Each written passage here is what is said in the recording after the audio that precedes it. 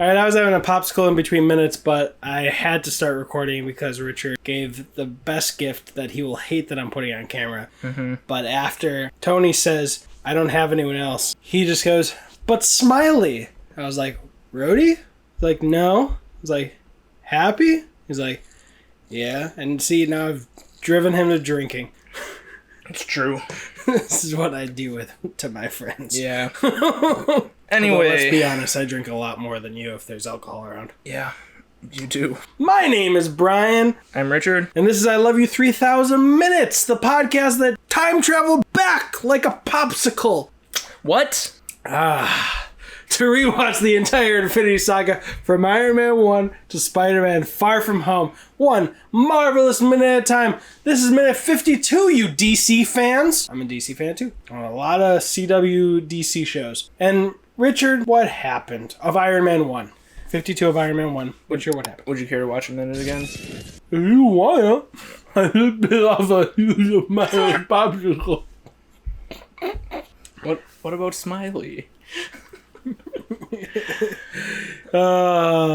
You gotta make like a t-shirt and about Rhodey. Smiley. That was my first guess I know, of who Smiley was because it rhymed. I'm just saying, he's like, I don't have anyone else. Nobody. He doesn't have everyone else to do that. I mean, one's his driver, one waits on the plane. We gotta make a Smiley shirt or something. What happened? So he's like, oh, that's what I was trying to tell you. Yep, you did it. Anyways, you told it. Luckily, I didn't go into cardiac arrest. Okay. Yeah, his one thing was don't yank out the magnet. Right. That was soon after. Well, and then she does it, right? I guess he didn't actually need it. I guess he was just saying, like, what, maybe he was intending to do that more gingerly. Like, if the magnet stayed, he wouldn't have gone into cardiac arrest. But I'm guessing that the arc reactor is redundant. Wouldn't hurt him to have that redundancy in there. Mm-hmm. But for the time being, while it's out completely, then it's like, oh shit, shards are going at my heart, and I'm dying. Mm-hmm. Sort of, yeah. But he also says it's causing cardiac arrest, which would mean, like, an immediate death. I thought the shards going into you would, take a while. Well, yeah, the shards are, but I remember the magnet is like keeping those shards from directly stabbing. So I don't really know honestly what cardiac arrest is. It's a slowdown or stopping of the heart. Okay. Well, I never pretended to understand the science of this. Like, going into cardiac arrest means it's slowing down, and cardiac arrest it is stopped. So his heart was slowing down. Yeah, apparently. He's going into cardiac arrest. Yeah, I don't know. I guess without any magnet there, shit's not great. Maybe it was just enough that it could, like, do its job for a few minutes while he switched out the arc reactor. Mm-hmm. But... Oh, yeah. So, anyways... It does make a question, though, for the sequel, Iron Man 2, because multiple times he takes the arc reactor out and takes the palladium core out, but it's like, okay, now it's completely out and you're not going into cardiac arrest. Yeah, exactly. Plot hole. That's right. You find some of those. So, they slowly insert it. Pepper That's Potts what she said. slowly inserts just the arc reactor into the cavity underneath it, or partially. Are you talking about this scene, or are you talking about International Women's Day in Deadpool 1? I don't even know what happened on that day in Deadpool 1. It's during the sex montage, and she pegs Wade. Oh, yeah. You said she is. Just a moment. Hey, I don't know what that I don't means. know what the fuck. Hey, Siri came up with this. Alright, that's fair. And then also the look on his face is just exactly what Wade's look like. But no, that was, you said she was inserting it into the cavity, and usually I only have one cavity. Would you like to continue on what happens in the... Yeah, it's all in the Marvel family now. I gotta say, the subtitles for this pause are literally, panting. Yeah, That's pretty great. they're face to face and it's showing exactly what they're doing. So I know, but that's still pretty great. His mouth is open, like, and the subtitles are panting. Mm-hmm. Richard's disappointed in me. Mm-hmm. I'm sorry, Dad. It's true. It's true. He is my dad. He looks great for his age, don't he? Yeah. He's 70. No, I'm actually 34 though. So. You're not really 34. No, I'm not 34. I'm a little younger than that. We digress. 35?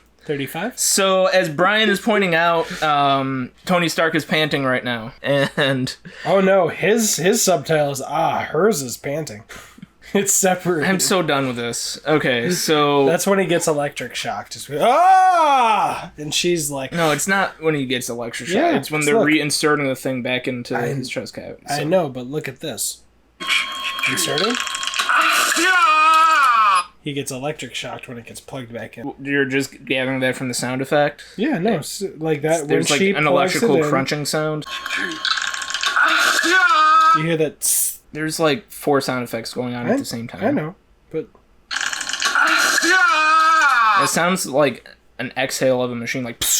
Well, I promise you it's the electrical charge of the arc reactor going into probably the cavity. Sure. That's why he goes, ah! And, she just did a hard day's work for someone who, relatively speaking, for someone who owns Goop. So she's panting from that hard day's work. Mm-hmm. I'm going to stop making Goop pot shots. It's too easy. Mm-hmm. So, mission accomplished. The arc reactor goes deeper into his chest. Mm-hmm. It's the aftermath. She says, here I got it. He goes, nice. Or no, he says, here I got it. And then nice. Gotcha. But yeah, even as she puts it in, she rotates it. Did you notice that? At the 35-second mark, after she pushes it in, she rotates it just a bit to lock it into place. How'd she know to do that? I don't know. Maybe they rehearsed. I mean, Pepper. I know. Yeah. There's no logical thing to it, really. Right. I mean, maybe taking out the arc reactor in the last minute? Or not in the last minute, minute 50? Let me see. Nope, he already had it out. Wait, no. Alright, so... Yeah, that is interesting. I never noticed that the old arc reactor was popping out and the new one goes further in. That's really good. Mm-hmm. Especially since minute 50, where they actually take it out, was... Well, does he still twist it out? He twists... He rotates it out, but it's not the same twist she gives it. Yeah, he starts pulling it as he rotates. So no, it's definitely not locked. Yeah, that's definitely a production error from minute 50 that we didn't catch, but that was not in there. Like, that was not locked in, technically. I'm sure it was just so it could be easily taken out. Mm-hmm. And the real mechanism, like, we even see close in at the beginning of this minute that it has like those threads for it to be locked in place. Although if it goes in further, those threads have nothing to do with it. Let me see. Wait. Maybe Pepper Potts rotated it and then sunk further in, and then inside, without saying anything, Tony was like, "That wasn't supposed to do that." Huh. Let me go back to this. Yeah, those threads that I just pointed out were pointless. It's just extra threads, maybe threads for the old one. Okay. This is like an iPhone. Before they started getting bigger, it just kept getting... No, it doesn't make sense, because it was always small. I was going to say it kept getting smaller. It kept getting thinner. Yes. So, I guess this is just like an iPhone. The Mark II for the arc... That actually... Wait. Mark II for the arc reactor. The Mark Reactor 2. I'm really proud of myself. I don't give a shit about your disappointment right now. We're going to watch Batman v Superman after this. That didn't make him happy? Not exactly. Okay, I was kind of happy with that. I was kind of proud of that. I can tell. Okay. That does look like a base that other arc reactors can screw on top of. You know what I mean? Definitely, especially for, like, we gotta watch when the suit goes on. Mm-hmm. Because, man, I understand how they evolved it to a triangle, but I really prefer the circular design of this one. And it kind of always bummed me out that it was always a triangle after Iron Man 2. Like, I'm really partial to the circular design. Why? I just like it more. I mean, it's all symmetrical, technically, like, from left to right, but I just like the circular design without the triangle in the middle. I liked it for 2, but I really would have liked if in 3 or in Avengers it went back to a circular kind, even just on the outside. I don't care, but oh well. But yeah, we see right at the end... Look at that cut. First off, at the 42-second mark, I think it's really obvious that is not part of his body at the angle that his head's up just so naturally. But then right at the end, from second 58, with that shallow collarbone and everything, and then boom! Muscles. So many muscles. So now we cut to a wide shot of Big Boy. Actually him? Yeah. Yeah. One thing we didn't mention yet is the fact that what leads him to the conversation where he's like, "You're the only one I have to do it." Never ask me to do that ever again. ever, ever, ever. What leads up to the conversation? No, that's what she's saying. She says, don't ever, ever, ever, ever Oh, ask me that's to do what anything like that ever again. Ever, ever, forever after, happily ever after. And nope, I was going to say enchanted, but that didn't have an ever in it.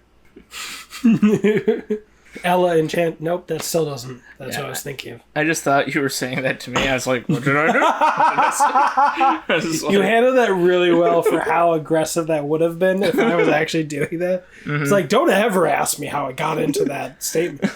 That specific sentence? You're like, Richard, you're supposed to know your shit when it comes to these movies. Oh, no. Like, what the fuck? My bit was based on, like, very specific things. Like, don't you ever fucking ask me why he said she's the only person he has ever again. No. But that's why. Alright, so let's check out these screens in the background. In the beginning of the minute, we still got that, but then when she pulls out the magnet, those little red notifications that you saw just goes crazy. Mm-hmm. It just starts scrolling and scrolling. They're like, there's a lot wrong.